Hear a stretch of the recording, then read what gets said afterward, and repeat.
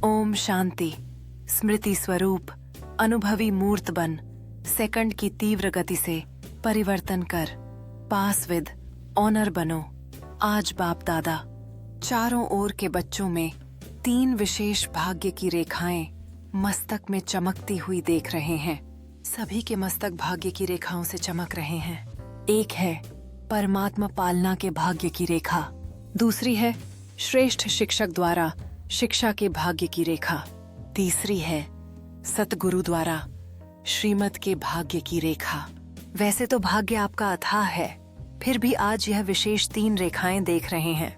आप भी अपने मस्तक में चमकती हुई रेखाएं अनुभव कर रहे हो ना। सबसे श्रेष्ठ है परमात्मा प्यार के पालना की रेखा। जैसे बाप ऊंचे ते ऊंचा है तो परमात्मा पालना भी ऊंचे ते ऊंची है।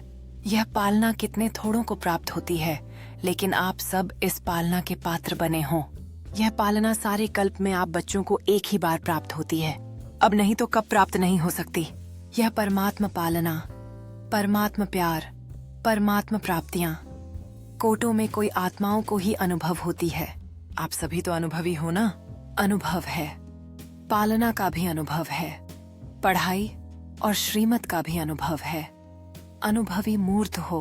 वरदान स्मृति के स्विच द्वारा स्व कल्याण और सर्व का कल्याण करने वाले सिद्धि स्वरूप भव स्थिति का आधार स्मृति है।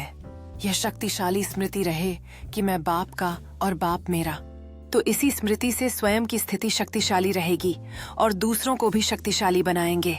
जैसे स्विच ऑन करने से रोशनी हो जाती है, ऐसे यह स्मृति भी एक स्विच है।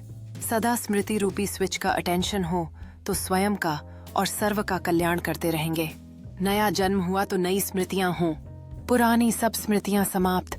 इसी विधि से सिद्धि स्वरूप का वरदान प्राप्त हो जाएगा। स्लोगन अतीन्द्रिय सुख की अनुभूति करने के लिए अपने शांत स्वरूप स्थिति में स्थित रहो।